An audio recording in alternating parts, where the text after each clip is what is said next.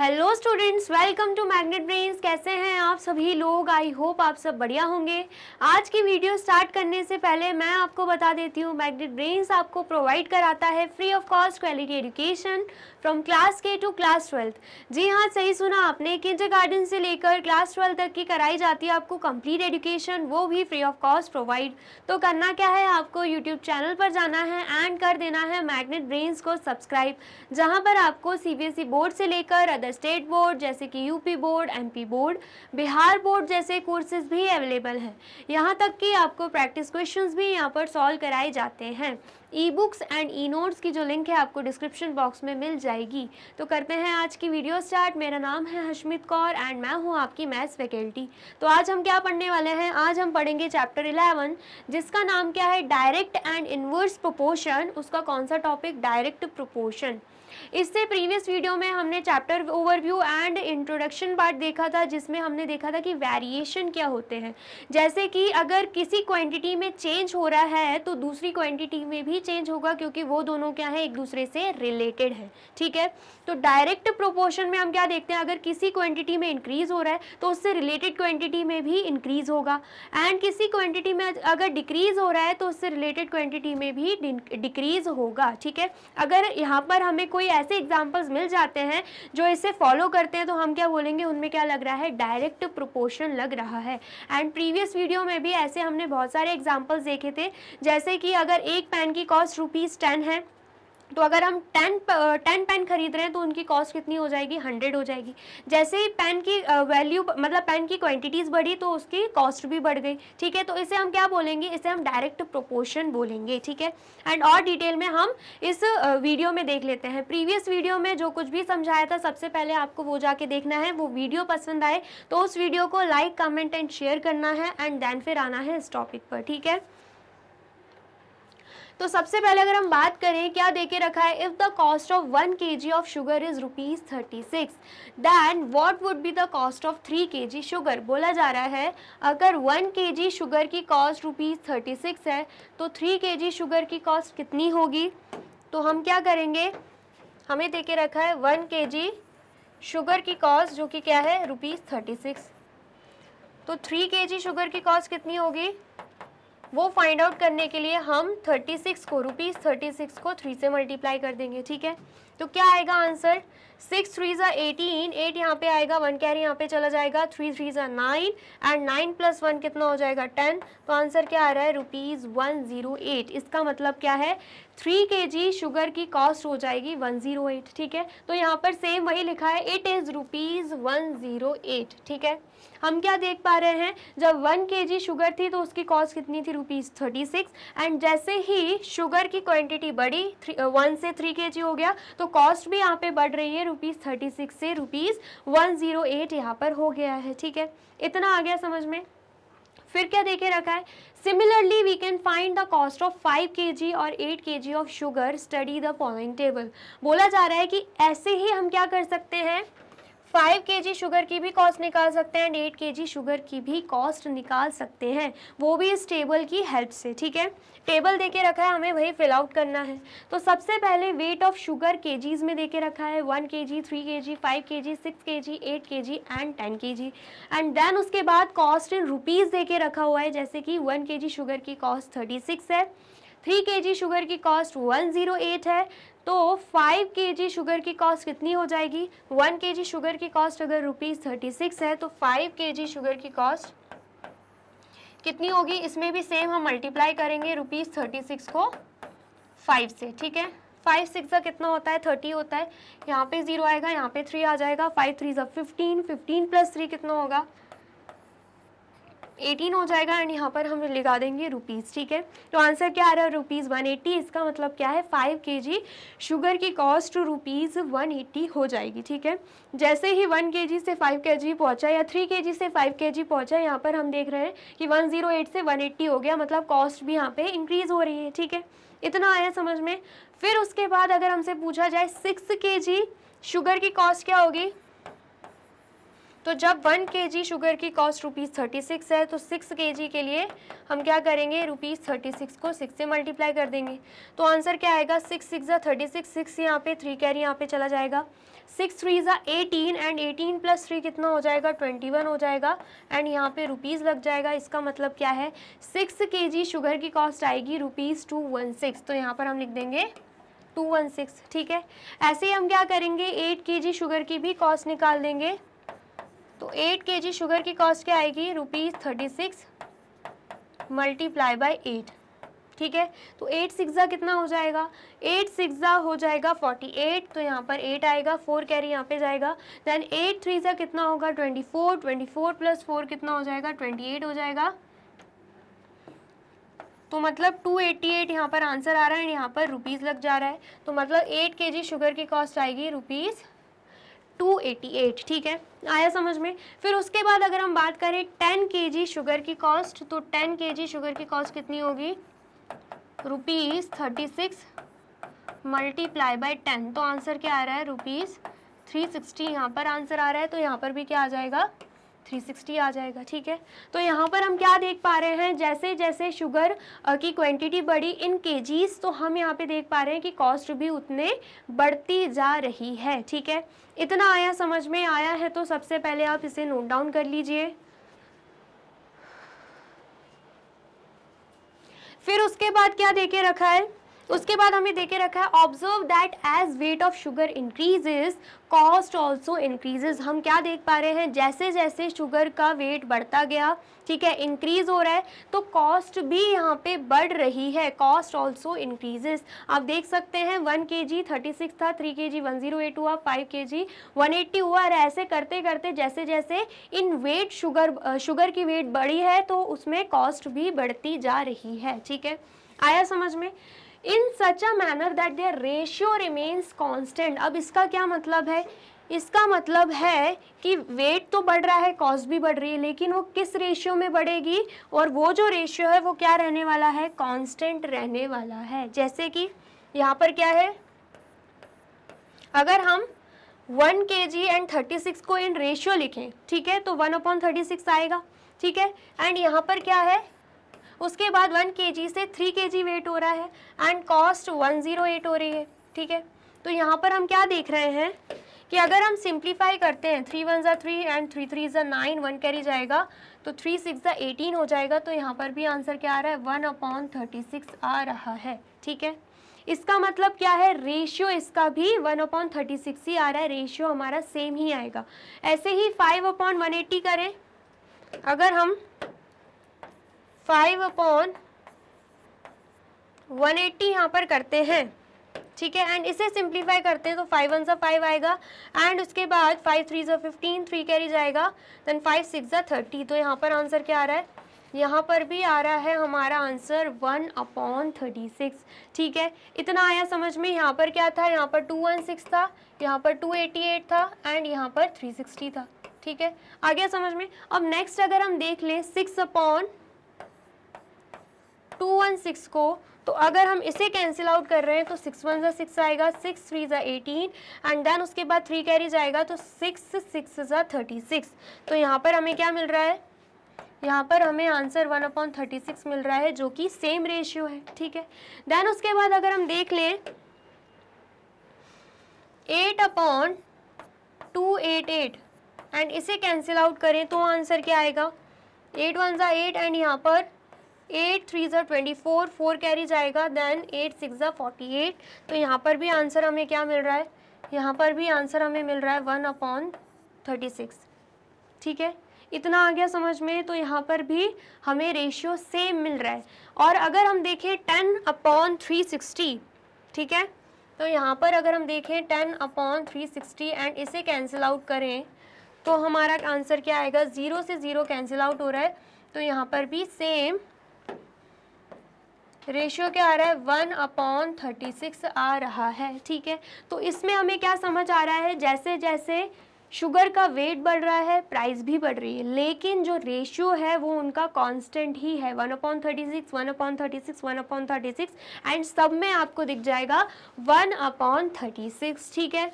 इतना आ गया समझ में, आया है तो जल्दी से नोट डाउन कर लीजिए। कर लिया आपने नोट डाउन। एंड वीडियो अच्छी लग रही है तो आपको क्या करना है, इस वीडियो को लाइक करना है, कमेंट भी करना है एंड ज़्यादा से ज़्यादा शेयर भी कर देना है, ठीक है। अब नेक्स्ट क्या देके रखा है, now complete the following table, मतलब एक टेबल फिर से देके रखा है, हमें इसे कंप्लीट करना है, ठीक है। क्या देके रखा है, पेट्रोल इन लीटर्स, ठीक है, जिसको एक्स से डिनोट किया जा रहा है, 4 litre, 8 litre, 12 litre, 15 litre, 20 litre and 25 litre. Next क्या देके रखा है, डिस्टेंस इन किलोमीटर, जिसे वाई से डिनोट किया जा रहा है, 60 किलोमीटर यहाँ पर है। हमें अब टेबल को क्या करना है, इनकम्प्लीट टेबल को फिल करना है, ठीक है। इतना आ गया समझ में। इसका मतलब क्या है, अगर हम कार का एग्जांपल लेते हैं तो 4 लीटर पेट्रोल में 60 किलोमीटर कार ट्रैवल कर रही है, तो 8 लीटर पेट्रोल में कितना ट्रैवल करेगी, ठीक है। हमें पता है ज़्यादा ही करेगी, यहाँ पर इंक्रीज हो रहा है इन लीटर, तो यहाँ पर डिस्टेंस भी क्या होगा, इंक्रीज ही होगा, ठीक है। आ गया समझ में, जितना ज़्यादा पेट्रोल होगा उतना डिस्टेंस कार ट्रैवल कर पाएगी, ठीक है। आया समझ में। जस्ट अभी हमने क्या देखा है, हमने देखा कि रेशियो क्या होता है, रेशियो सब में क्या रहता है, सेम रहता है, ठीक है। अभी जस्ट हमने एग्जांपल में देखा था, तो यहाँ पर अगर हम 4/60 को देखते हैं, ठीक है, एंड सिंप्लीफाई करते हैं तो क्या आएगा, 4 1 ज़ा 4 एंड 4 15 ज़ा 60, तो मतलब 1/15 क्या आ रहा है, इसका रेशियो आ रहा है, ठीक है। तो ये जो रेशियो है वही सब में क्या रहने वाला है, सेम रहने वाला है, ठीक है। आ गया समझ में। यहाँ पर हम लीटर्स को, पेट्रोल को किस में ले रहे हैं, एक्स में, एंड डिस्टेंस को क्या ले रहे हैं हम, वाई में ले रहे हैं। इसका मतलब क्या है, ये जो 4 है ये एक्स से डिनोट हो रहा है, एंड ये जो किलोमीटर में 60 दे के रखा है वो वाई से डिनोट हो रहा है। x/y क्या हो गया, 4/60, एंड जब हमने इसका रेशियो निकाला तो क्या आया, 1/15 आया है, ठीक है। तो यहाँ पर हमें इतना पता है, रेशियो सारी ही कंडीशंस में क्या रहने वाला है, सेम रहने वाला है, कांस्टेंट रहने वाला है, ठीक है। एंड यहाँ पर हमें क्या देके रखा है, एक्स देके रखा है, मतलब 8 लीटर देके रखा है, ठीक है। एंड उसके बाद डिस्टेंस हमें निकालना है, डिस्टेंस हम किससे डिनोट कर रहे हैं, वाई से डिनोट कर रहे हैं, तो यहाँ पर हम वाई लिख देंगे, ठीक है। उसके बाद हम क्या करेंगे, क्रॉस मल्टीप्लिकेशन करेंगे, तो वाई अपोजिट साइड चला जाएगा एंड 15 इस साइड चला जाएगा, तो मल्टीप्लिकेशन में हो जाएगा, ठीक है। तो जब हम इसे सॉल्व करेंगे तो आंसर क्या आएगा, 5 8 ज़ा 40, 0 यहाँ पे, 4 कैरी यहाँ पे, 8 1 ज़ा 8 प्लस 4 करेंगे तो आंसर क्या आ रहा है, 12 आ रहा है। मतलब यहाँ पे y की वैल्यू क्या आ रही है, 120 किलोमीटर। इसका मतलब क्या है, 8 लीटर पेट्रोल में जो कार है वो कितना डिस्टेंस ट्रैवल करेगी, 120 किलोमीटर डिस्टेंस ट्रैवल कर लेगी, ठीक है। इतना आ गया समझ में। फिर उसके बाद सेम ऐसे ही अगर हम 12/180 को देखें तो हम क्या देख पा रहे हैं, ये जो 12/180 है ना, ये 12/180 है। अगर हम इसे सिंप्लीफाई करते हैं तो क्या आंसर आएगा, यहाँ पर 2 6 ज़ा 12 एंड यहाँ पर 2 9 ज़ा 18 एंड यहाँ पर 0, देन उसके बाद 2 3 ज़ा 6 एंड 2 45 ज़ा 90, देन उसके बाद 3 1 ज़ा 3 एंड यहाँ पर 3 15 ज़ा 45। तो हम देख पा रहे हैं यहाँ पर भी रेशियो क्या है, सेम ही है। इसका मतलब क्या है, सब में 1/15 ही रेशियो आएगा जो कि कांस्टेंट रहने वाला है, ठीक है। तो यहाँ पर 15 लीटर अगर पेट्रोल है तो डिस्टेंस क्या आएगा, तो हम इसी रेशियो से सेम निकाल सकते हैं, ठीक है। 1/15 है एंड यहाँ पर लीटर देके रखा है, लीटर क्या है, 15 लीटर, ठीक है। एंड उसके बाद डिस्टेंस निकालना है, डिस्टेंस y से डिनोट हो रहा है तो हमने उसकी जगह y लिख दिया। क्रॉस मल्टीप्लिकेशन होगा, यहाँ पर y आएगा एंड यहाँ पर 15 अपोजिट साइड चला जाएगा, मतलब 15 मल्टीप्लाई बाय 15, तो आंसर क्या आएगा, यहाँ पर 225 आ जाएगा। मतलब 15 लीटर पेट्रोल में 225 किलोमीटर ट्रैवल करेगी कार, ठीक है। तो यहाँ पर हम लिख देंगे 225, ठीक है। ऐसे ही सेम अगर 20 लीटर पेट्रोल है कार में तो कितना डिस्टेंस ट्रैवल करेगी, तो सेम उसी रेशियो से हो जाएगा 1/15 एंड यहाँ पर 20 दे के रखा है एंड डिस्टेंस हमें नहीं पता है तो यहाँ पर y ले लेंगे, क्रॉस मल्टीप्लिकेशन करेंगे, यहाँ पर y आएगा एंड यहाँ पर 15 मल्टीप्लाई बाय 20 हो जाएगा, तो y की वैल्यू क्या आएगी, 300 किलोमीटर। इसका मतलब क्या है, 20 लीटर पेट्रोल में 300 किलोमीटर डिस्टेंस ट्रैवल करने वाली है कार, ठीक है। तो यहाँ पर हम लिख देंगे 300, ठीक है। इतना आ गया समझ में। सेम ऐसे ही 25 के लिए निकाल लेते हैं। 1/15 रेशियो है, ठीक है, एंड 25 लीटर पेट्रोल है। तो अगर हमें क्या निकालना है, डिस्टेंस निकालना है, हम यहाँ पे y लिख देंगे, क्रॉस मल्टीप्लिकेशन करेंगे, यहाँ पर y आएगा एंड यहाँ पर 25 मल्टीप्लाई बाय 15 हो जाएगा, ठीक है। तो जैसे ही हम मल्टीप्लाई करते हैं 25 को 15 से, तो आंसर क्या आएगा, 5 5 ज़ा 25, 2 कैरी यहाँ पे, 5 2 ज़ा 10, 10 प्लस 2 कितना हो जाएगा 12, यहाँ पे क्रॉस का साइन, 1 5 ज़ा 5, 1 2 ज़ा 2, तो आंसर क्या आ रहा है, यहाँ पे 5 आ रहा है, यहाँ पे 7 एंड यहाँ पे 1 प्लस 2 3, तो हमारा आंसर क्या आ रहा है 375, मतलब यहाँ पे डिस्टेंस क्या आ रहा है 375 किलोमीटर। तो इसका मतलब क्या है, 25 लीटर पेट्रोल में 375 किलोमीटर कार क्या कर रही है, ट्रैवल कर रही है, ठीक है। इतना आ गया, समझ में आया है तो आप इसे नोट डाउन कर लीजिए।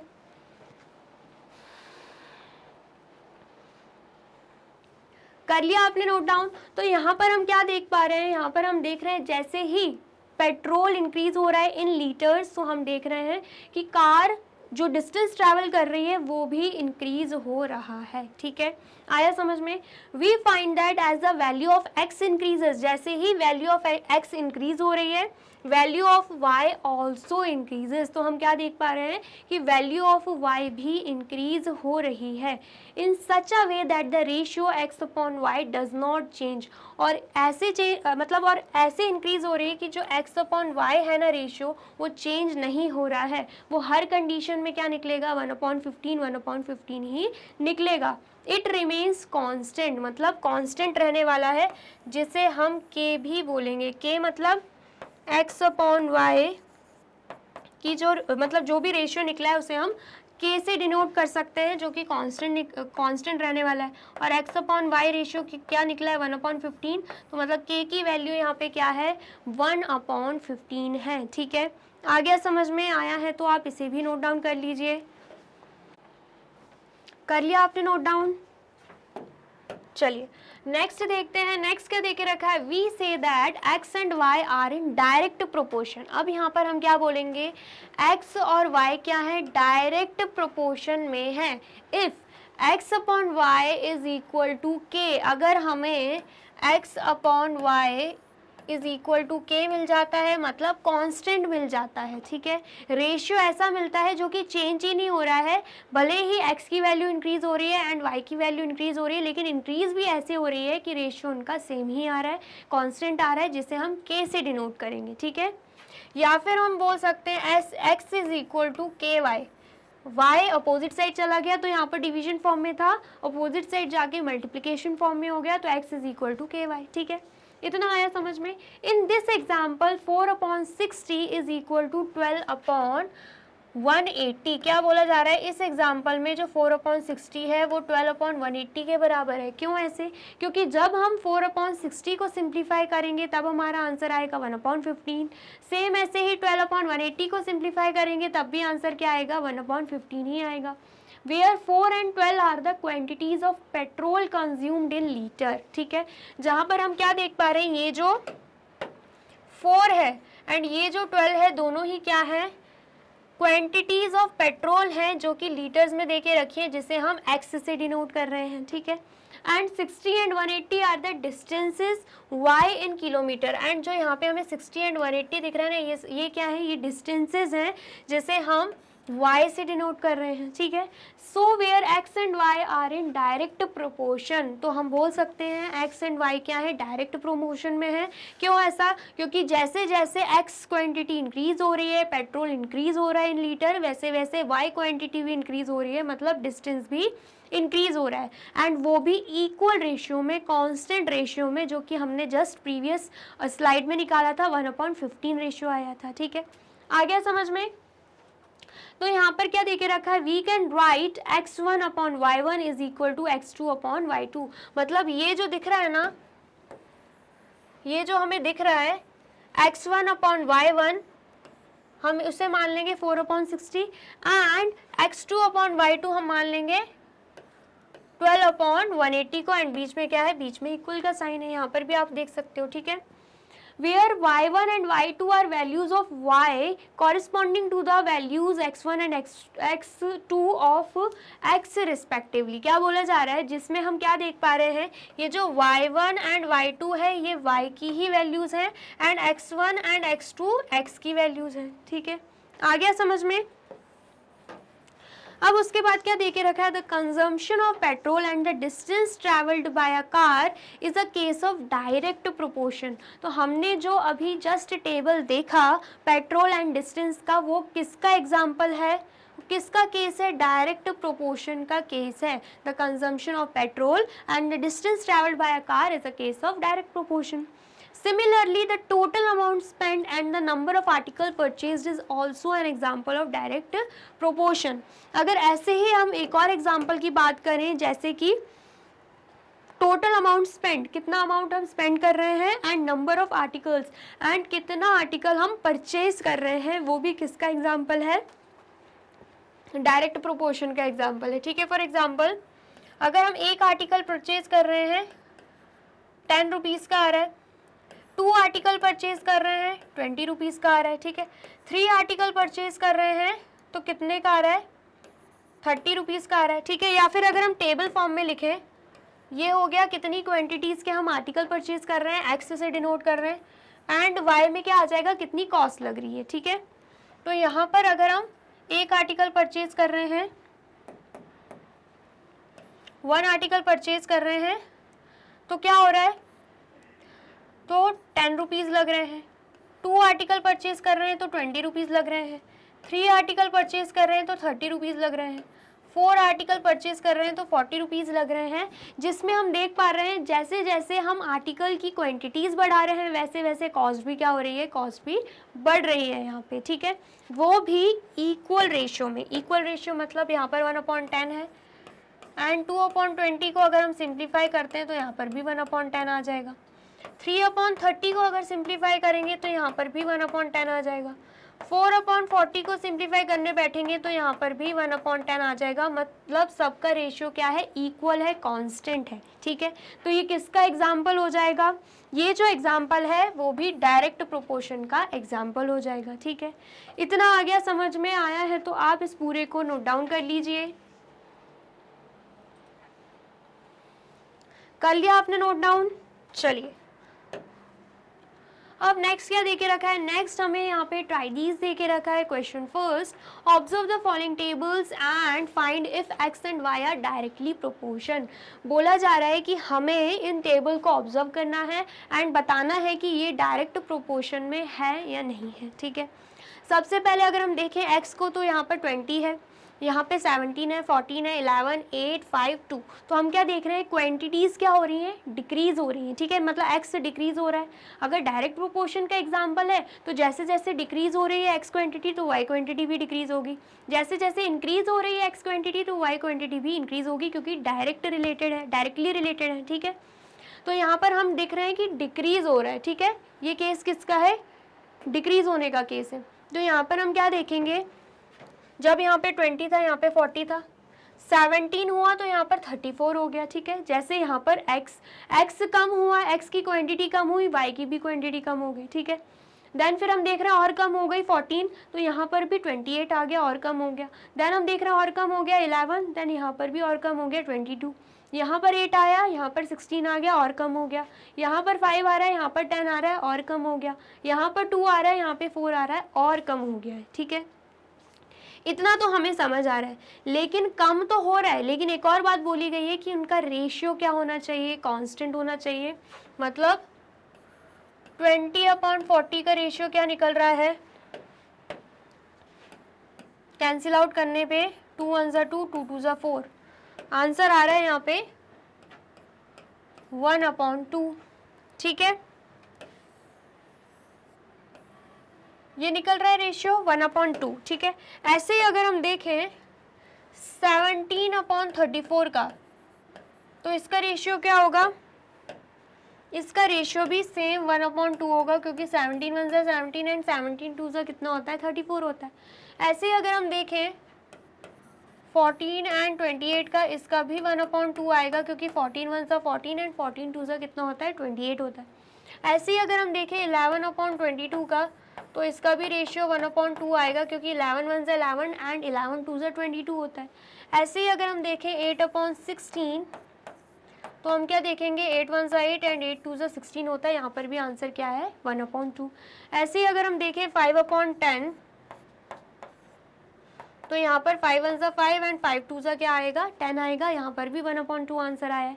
ऐसे ही अगर हम देखें 2/4 के लिए, तो 2 1 2 एंड 2 2 4, यहाँ पर भी 1/2 हमारा आंसर आ रहा है। इसका मतलब क्या है, यहाँ पर डिक्रीज तो हो रही है क्वांटिटी, वो भी इक्वल रेशियो में डिक्रीज हो रही है। इसका मतलब ये है कि ये जो एग्जाम्पल है, ये किसका एग्जाम्पल है, डायरेक्ट प्रोपोर्शन का एग्जाम्पल है। मतलब x एंड y क्या है, डायरेक्ट प्रोपोर्शनल है। ठीक है, आया समझ में, वही पूछा जा रहा था तो हमने उसे निकाल के भी देख लिया है। ठीक है, इतना आया समझ में आया है तो आप इसे नोट डाउन कर लीजिए। कर लिया नोट डाउन? चलिए अब नेक्स्ट टेबल एनालाइज कर लेते हैं। हमें क्या दिख रहा है, अगेन एक्स वाई दे के रखा हुआ है, तो हमें उसमें क्या दिख रहा है, x 6 10 14 18 22 26 30 हो रहा है। ठीक है, मतलब यहाँ पर क्वांटिटी x की इंक्रीज हो रही है। तो y के लिए भी हम देखेंगे 4 8 12 16 20 24 28, तो y की भी क्वांटिटी यहाँ पर क्या हो रही है, इंक्रीज हो रही है। ठीक है, दिख तो हमें डायरेक्ट प्रोपोर्शनल का रहा है, लेकिन वहाँ पे एक मेन बात बोली गई है कि हमें रेशियो इक्वल मिलना चाहिए। ठीक है, तो वो भी हम देख लेते हैं। अगर हम 6/4 लें, जो कि x/y होगा, ठीक है, और कैंसिल आउट करें, 2 3 6 2 2 4, तो आंसर क्या आ रहा है, आंसर आ रहा है 3/2। ऐसे ही अगर हम नेक्स्ट ले लेते हैं 10/8, तो यहाँ पर क्या आएगा, 2 5 10 2 4 8, तो हमारा आंसर क्या आ रहा है 5/4।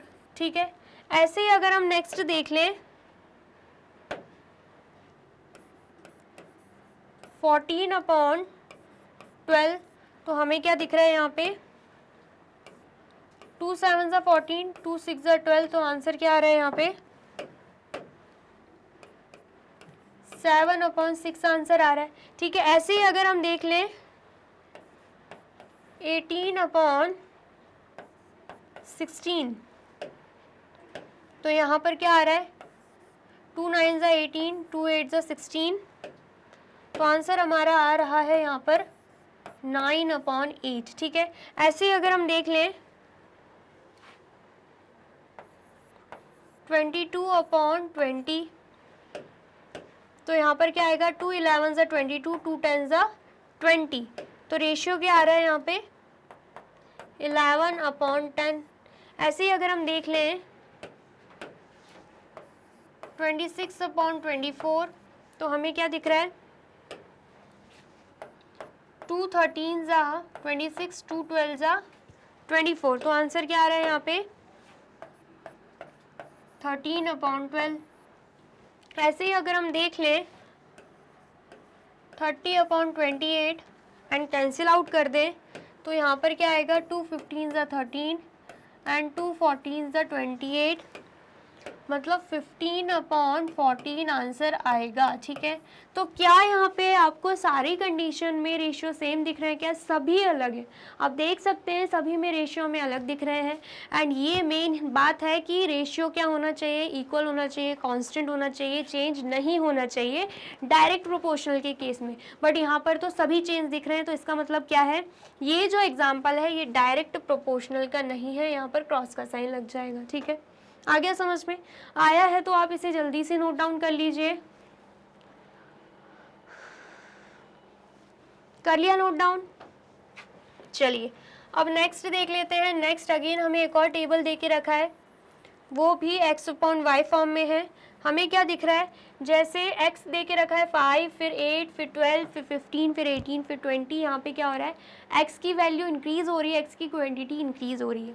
वैसे ही अगर हम y के लिए देखें 15, 24, 36, 60, 72, 100, यहाँ पर y की भी जो क्वांटिटी है वो इंक्रीज़ हो रही है, ठीक है। तो दिख तो हमें ऐसे ही रहा है कि डायरेक्ट प्रोपोर्शनल का केस हो सकता है, लेकिन हम क्या करेंगे, हमें ये पता है कि रेशियो इक्वल होना चाहिए, ठीक है, कांस्टेंट होना चाहिए, चेंज नहीं होना चाहिए। तो हम क्या करेंगे, इनका रेशियो निकालेंगे, ठीक है। तो सबसे पहले अगर हम बात करें 5/15 दे के रखा है, कैंसिल आउट करेंगे, 5 1 सा 5, 5 3 सा 15, तो आंसर क्या आ रहा है 1/3, ठीक है।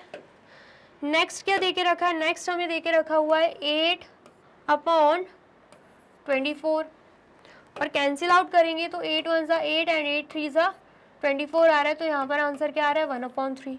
नेक्स्ट देख लेते हैं, नेक्स्ट क्या है 12/36, ठीक है। तो यहाँ पर क्या आएगा 12 1 सा 12 एंड 12 3 सा 36, तो आंसर आ रहा है 1/3।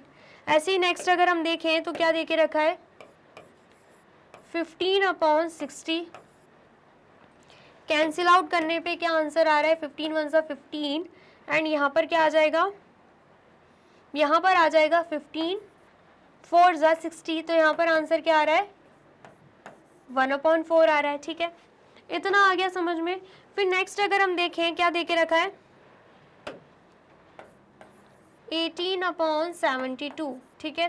तो अगर हम इसे कैंसिल आउट करते हैं तो आंसर क्या आएगा 18 1 सा 18 एंड यहाँ पर क्या आएगा 18 4 सा 8 4 सा कितना होगा 32, 3 कह रही है यहाँ पे, 4 1 सा 4 प्लस 3 कितना हो जाएगा 7, मतलब यहाँ पर 4 आएगा, तो यहाँ पर रेशियो क्या आ रहा है 1/4, ठीक है। फिर नेक्स्ट हम देखते हैं, नेक्स्ट क्या है, नेक्स्ट है 20/100, इसे हम कैंसिल आउट करते हैं तो यहाँ पर 0 से 0 कैंसिल आउट, 2 1 सा 2, 2 5 सा 10, तो आंसर क्या आ रहा है 1/5 आ रहा है। तो हमें इससे क्या समझ में आ रहा है, क्या रेशियो इक्वल है, इन तीनों में इक्वल है, इन दोनों में इक्वल है एंड ये अलग है, ठीक है। तो इसमें हमें क्या समझ में आ रहा है कि रेशियो सभी में तो इक्वल नहीं है।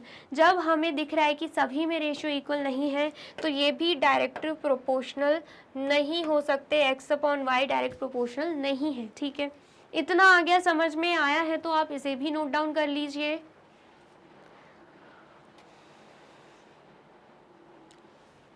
कर लिया आपने नोट डाउन।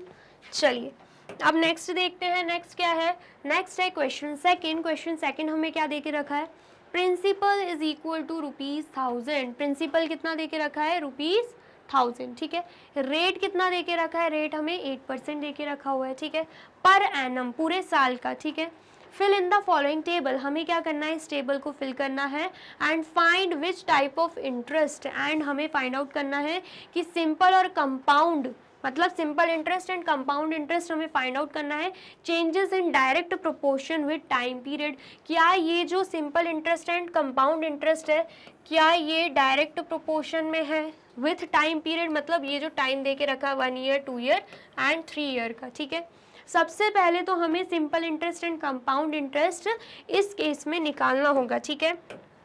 तो सबसे पहले अगर हम बात करें सिंपल इंटरेस्ट का फॉर्मूला मैंने आपको प्रीवियस चैप्टर में समझाया था, क्या होता है, principal multiply by rate multiply by time upon क्या हो जाएगा 100 हो जाएगा, ठीक है। आ गया समझ में। तो यहाँ पर सबसे पहले तो प्रिंसिपल क्या दे के रखा है, सबसे पहले प्रिंसिपल हमें दे के रखा है 1000, तो यहाँ पे 1000 आ जाएगा, रेट 8 है तो 8 आ जाएगा एंड 1 ईयर का निकाल रहे हैं सबसे पहले तो टाइम की जगह 1 आ जाएगा एंड नीचे क्या आ जाएगा 100, ठीक है। कैंसिल आउट करेंगे 2 0 से, ये 2 0 कैंसिल आउट हो जाएंगे, तो आंसर क्या आ रहा है हमारा, आंसर हमारा आ रहा है ₹80, मतलब सिंपल इंटरेस्ट क्या निकल रहा है 80 निकल रहा है फर्स्ट ईयर का, तो हम यहाँ पे लिख देंगे 80, ठीक है। इतना आया समझ में।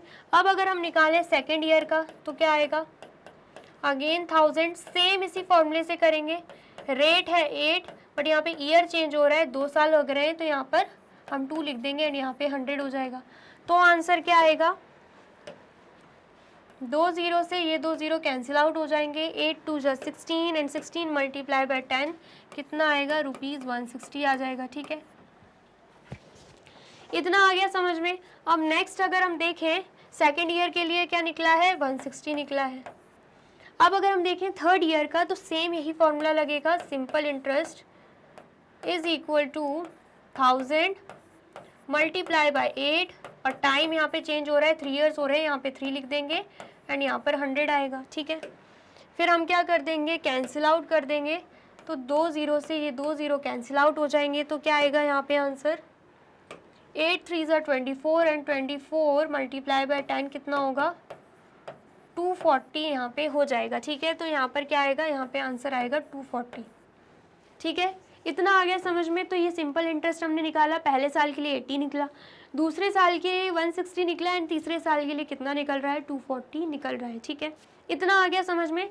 सबसे पहले तो आप इसे नोट डाउन कर लीजिए, देन फिर हम क्या निकालेंगे, देन फिर हम कंपाउंड इंटरेस्ट निकालेंगे, ठीक है। कर लिया नोट डाउन। और वीडियो अच्छी लग रही है तो आपको क्या करना है, इस वीडियो को लाइक करना है, कमेंट भी करना है एंड ज़्यादा से ज़्यादा शेयर भी कर देना है, ठीक है। अब नेक्स्ट हमें क्या निकालना है, नेक्स्ट हमें कंपाउंड इंटरेस्ट निकालना है। तो कंपाउंड इंटरेस्ट में भी मैंने आपको फॉर्मूला बताया था अमाउंट निकालने का, ठीक है। सबसे पहले अमाउंट निकालने का फॉर्मूला देखेंगे, अमाउंट कैसे निकलता है। सबसे पहले आता है यहाँ पे principal multiply by bracket open 1 minus rate upon 100 and यहाँ पर एन मतलब क्या होता है, जो भी टाइम दे के रखा है, टाइम पीरियड, ठीक है। आया समझ में। तो यहाँ पर क्वेश्चन में क्या है, क्वेश्चन में हमें दिख रहा है कि प्रिंसिपल 1000 दे के रखा है, ठीक है। यहाँ पर हम निकाल रहे हैं अमाउंट, 1000 दे के रखा है, 1 माइनस रेट दे के रखा है 8 एंड यहाँ पे आ जाएगा 100 एंड सबसे पहले तो हम निकाल रहे हैं फर्स्ट ईयर के लिए, तो यहाँ पर टाइम पीरियड क्या हो जाएगा 1 मतलब फर्स्ट ईयर के लिए निकाल रहे हैं, ठीक है। तो यहाँ पर आएगा 1000, सबसे पहले ब्रैकेट सॉल्व करेंगे तो यहाँ पर डिनोमिनेटर में कुछ नहीं है, 1 मानेंगे एंड 1 एंड 100 का जब हम एलसीएम लेंगे आंसर आएगा यहाँ पे 100। सिंप्लीफाई करेंगे, सॉल्व करेंगे तो यहाँ पर 100 आएगा, यहाँ पर 8 है, तो आंसर क्या आ जाएगा यहाँ पे 100 एंड ब्रैकेट में क्या आएगा, ब्रैकेट में यहाँ पर आ जाएगा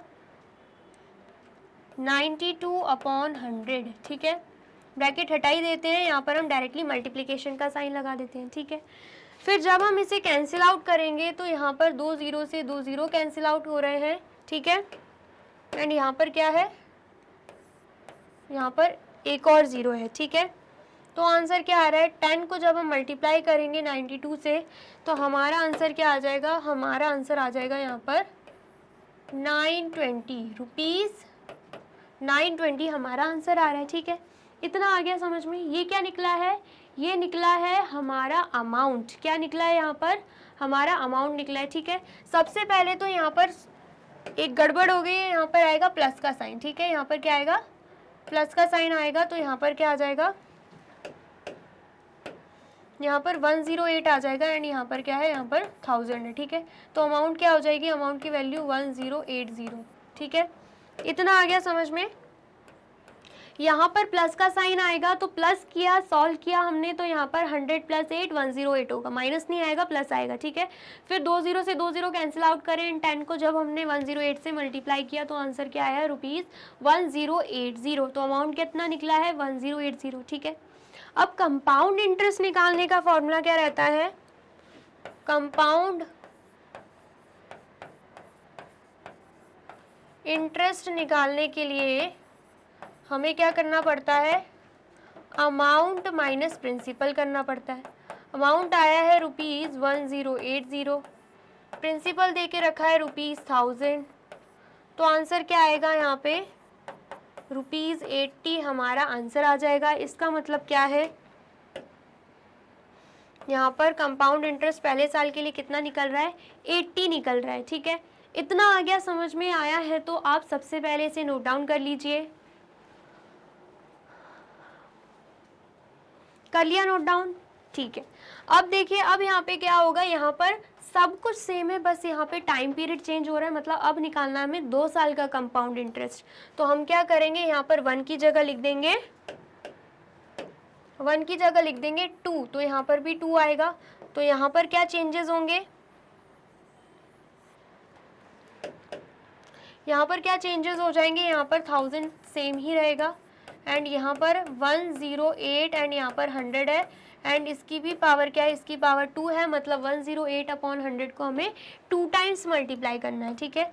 तो हम करेंगे यहाँ पर 1000 multiply bye 108 upon 100 multiply by 108 upon 100, ठीक है। कैंसिल आउट करेंगे, 2 0 से 2 0 कैंसिल आउट, 1 0 से 1 0 कैंसिल आउट। अब हमें क्या करना है, 108 को 108 से ही मल्टीप्लाई करना है। जब हम 108 को 108 से मल्टीप्लाई कर रहे हैं तो आंसर क्या आ रहा है हमारा, 8 8 ज़ा 64, 6 कैरी यहाँ पे, 8 0 ज़ा 0, 0 प्लस 6 कितना होगा 6, 8 1 ज़ा 8, ठीक है। यहाँ पे क्रॉस का साइन, यहाँ पे 0, यहाँ पे 0, यहाँ पे 0 आ जाएगा, डबल क्रॉस का साइन, फिर यहाँ पे 8, यहाँ पे 0, यहाँ पे 1 आ जाएगा। देन यहाँ पर ऐड कर देंगे, यहाँ पर 4 आएगा, यहाँ पर 6 एंड 8 प्लस 8 16, 1 कैरी यहाँ पे, देन यहाँ पर 1, यहाँ पर 1, ठीक है। तो आंसर क्या आ रहा है, यहाँ पर आंसर आ रहा है 11664 एंड अपॉन में क्या है 10। तो जब हम इसे डेसिमल में कन्वर्ट करेंगे तो क्या आएगा, ₹1166.4, ठीक है। क्योंकि यहाँ पर एक ज़ीरो है तो हम क्या करेंगे, न्यूमरेटर में लास्ट में एक डिजिट के पहले क्या लगा देंगे, डेसिमल लगा देंगे। तो आंसर क्या है, ₹1166.4, ठीक है। इतना आ गया समझ में। अब हमें क्या देखना है, अब हमें यहाँ पर अमाउंट तो मिल गया, अब हमें क्या करना है, अब हमें यहाँ पर निकाल लेना है प्रिंसिपल, ठीक है। अगर हम इसकी अप्रॉक्स वैल्यू लिखें तो अप्रॉक्स वैल्यू हमें क्या दिख रही है, अगर हमें इसे अप्रॉक्सीमेटली भी माने तो ये क्या हो जाएगा, ₹1166 हो जाएगा, ठीक है। या फिर ऐसे ही मान लो या फिर ऐसा भी मान सकते हो, ठीक है। निकालना क्या है, क्या हमें अमाउंट निकालना है, नहीं, हमें निकालना है कंपाउंड इंटरेस्ट, ठीक है। तो यहाँ पर कंपाउंड इंटरेस्ट क्या हो जाएगा, अमाउंट माइनस प्रिंसिपल। तो ₹1164 माइनस रुपीज़ कर देंगे अगर हम, या पूरी ही डिजिट ले लेते हैं, 1166.4 माइनस ₹1000, तो आंसर क्या आ रहा है यहाँ पे, ₹166.4, ठीक है। ये आ रहा है आंसर। तो यहाँ पर कंपाउंड इंटरेस्ट क्या निकल रहा है, यहाँ पर कंपाउंड इंटरेस्ट निकल रहा है ₹166.4, ठीक है। ये क्या निकल रहा है, ये हमारा कंपाउंड इंटरेस्ट निकल रहा है, ठीक है। इतना आ गया समझ में। अब हमें क्या करना है, यहाँ पे थर्ड ईयर के लिए भी निकालना है। सबसे पहले तो आप इसे नोट डाउन कर लीजिए, देन हम क्या करेंगे, थर्ड ईयर के लिए भी निकाल लेंगे, ठीक है। कर लिया आपने नोट डाउन। अब हम क्या, कंपाउंड इंटरेस्ट थर्ड ईयर के लिए भी निकाल लेंगे, ठीक है। देन यहाँ पर भी कुछ नहीं करना है, हमें सिर्फ और सिर्फ टाइम चेंज करना है। यहाँ पे 3 हो जाएगा एंड यहाँ पर भी 3 हो जाएगा, ठीक है। एंड यहाँ पर हम क्या करेंगे, यहाँ पर हम कैलकुलेशन दोबारा से कर लेंगे, ठीक है। तो यहाँ पर क्या हो जाएगा, 1000 मल्टीप्लाई बाय, यहाँ पर 108 है, यहाँ पर 100 हो जाएगा। अगेन 108 एंड 100, क्योंकि 3 टाइम्स हमें लिखना है, क्योंकि पावर क्या दिख रही है, हमें 3 दिख रही है, ठीक है। देन यहाँ पर मल्टीप्लाई बाय 108 एंड यहाँ पे 100, ठीक है। फिर हम क्या करेंगे, कैंसिल आउट करेंगे, 2 0 से 2 0 कैंसिल आउट, 1 0 से 1 0 कैंसिल आउट हो गया, ठीक है। इतना आ गया समझ में। अब हमें क्या करना है, अब हमें यहाँ पर मल्टीप्लाई कर देना है, ठीक है, 108 एंड 108 को, ठीक है। सबसे पहले तो 108 को जब हम 108 से मल्टीप्लाई करते हैं तो आंसर क्या आएगा, जस्ट अभी निकाला था, 8 8 ज़ा 64, 6 कैरी यहाँ पे, 8 0 ज़ा 0 प्लस 6 आ जाएगा, 8 1 ज़ा 8 एंड यहाँ पे क्रॉस का साइन 0 0 0 एंड यहाँ पर डबल क्रॉस का साइन एंड 8 0 1, ठीक है। एंड यहाँ पर क्या आएगा, यहाँ पे 4, यहाँ पे 6, यहाँ पे 6, यहाँ पे 1 एंड यहाँ पे 1, ठीक है। इतना आ गया समझ में। 11664 हमारा आंसर आ रहा है, 11664। इसे भी हम क्या करेंगे, 108 से मल्टीप्लाई कर देंगे, ठीक है। 8 4 ज़ा 32, 3 कैरी यहाँ पे जाएगी। देन उसके बाद 8 6 ज़ा कितना हो जाएगा, 48 48 प्लस 3 कितना होगा, 51 1 यहाँ पे 5 कैरी यहाँ पे, ठीक है। 8 6 ज़ा कितना होगा, अगेन 48, 48 प्लस 5 कितना होगा, 48 प्लस 5 53, 5 यहाँ पे आ जाएगा। देन उसके बाद 8 1 ज़ा 8 एंड प्लस 5 कर देंगे, कितना आएगा 13, 1 कैरी यहाँ पे, 8 1 ज़ा 8 प्लस 1 यहाँ पे 9 आ जाएगा। ठीक है, यहाँ पे क्रॉस का साइन। देन यहाँ पे 5 डिजिट्स हैं तो 5 क्या आ जाएंगे, 0 आ जाएंगे। ठीक है, देन डबल क्रॉस का साइन, डबल क्रॉस का साइन। देन यहाँ पे 4, यहाँ पे 6, यहाँ पे 6, यहाँ पे 1 एंड यहाँ पे 1। ठीक है, देन उसके बाद यहाँ पे 2 आएगा, यहाँ पे 1 आएगा, 3 प्लस 4 यहाँ पे 7 आएगा, 3 प्लस 6 यहाँ पे 9 आएगा, 9 प्लस 6 यहाँ पे 15 आएगा, 1 कैरी यहाँ पे, 1 प्लस 1 यहाँ पे 2 एंड यहाँ पे 1। ठीक है, तो आंसर क्या आ रहा है, 1 2 5 9 7 1 2। ठीक है, तो यहाँ पर हम लिख देंगे 1 2 5 9 7 1 2 एंड डिवाइडेड बाय क्या है, 100 मल्टीप्लाई बाय 10, तो यहाँ पर क्या आ जाएगा, 1000 आ जाएगा। ठीक है, इतना आया समझ में। अब हम क्या करेंगे, हमें दिख रहा है डिनोमिनेटर में 3 0, तो 3 डिजिट के आगे हम लगा देंगे डेसिमल, तो आंसर क्या आएगा 1259.712, जहाँ पे 3 डिजिट के पहले हमें क्या दिख रहा है, डेसिमल दिख रहा है। ठीक है, इतना आ गया समझ में। ये क्या निकल गया है, ये अमाउंट निकल गया। अब हमें क्या निकालना है, अब हमें कंपाउंड इंटरेस्ट निकालना है। ठीक है, तो कंपाउंड इंटरेस्ट का फॉर्मूला क्या रहता है, कंपाउंड इंटरेस्ट का फॉर्मूला रहता है अमाउंट माइनस प्रिंसिपल। ठीक है, अमाउंट कितना निकला है, ₹1259.712 एंड उसके बाद प्रिंसिपल कितना है, ₹1000। ठीक है, तो आंसर क्या आएगा यहाँ पे, ₹259.712, जिसे हम अप्रॉक्सीमेटली क्या बोल सकते हैं, 260 भी बोल सकते हैं। ठीक है, तो यहाँ पर आंसर क्या आ जाएगा, यहाँ पर हमारा आंसर आ जाएगा 260 या 259.712 भी हम लिख सकते हैं। ठीक है, इतना आ गया समझ में। अब यहाँ पर क्वेश्चन में क्या बोला जा रहा था, सबसे पहले तो टेबल फिल करना था, हमने टेबल फिल कर दिया। क्वेश्चन में बोला जा रहा था कि find which type of interest, कौन से टाइप का इंटरेस्ट, 2 टाइप के देके रखे, एक तो सिंपल इंटरेस्ट, एक तो कंपाउंड इंटरेस्ट। तो कौन से टाइप में इंटरेस्ट, कौन से टाइप के इंटरेस्ट में डायरेक्ट प्रोपोर्शन लग रहा है। ठीक है, एंड डायरेक्ट प्रोपोर्शन का मैंने आपको ऑलरेडी समझा दिया था कि ठीक है, इक्वल रेशियो में क्या होना चाहिए, इंक्रीज या डिक्रीज होना चाहिए। ठीक है, तो यहाँ पर अगर हम बात करें सिंपल इंटरेस्ट की, तो पहले 80 था। ठीक है, 80 से 160 हुआ, और हमें पता है जब हम 80 को 2 से मल्टीप्लाई करेंगे ना तो 160 आएगा। ठीक है, फिर उसके बाद हमें 240 दिख रहा है, इसका मतलब क्या है, जब हम 80 को 3 से मल्टीप्लाई करेंगे तब 240 आएगा। ठीक है, इतना आया समझ में। तो यहाँ पर हमें दिख रहा है कि इक्वल रेशियो में कहीं ना कहीं बढ़ रहा है। पहले 80 को 2 से मल्टीप्लाई किया, 160 आया। यहाँ पर आप देख सकते हो सेकेंड ईयर में डबल हो गया, थर्ड ईयर में ट्रिपल हो गया। ठीक है, तो कहीं ना कहीं इक्वल रेशियो है।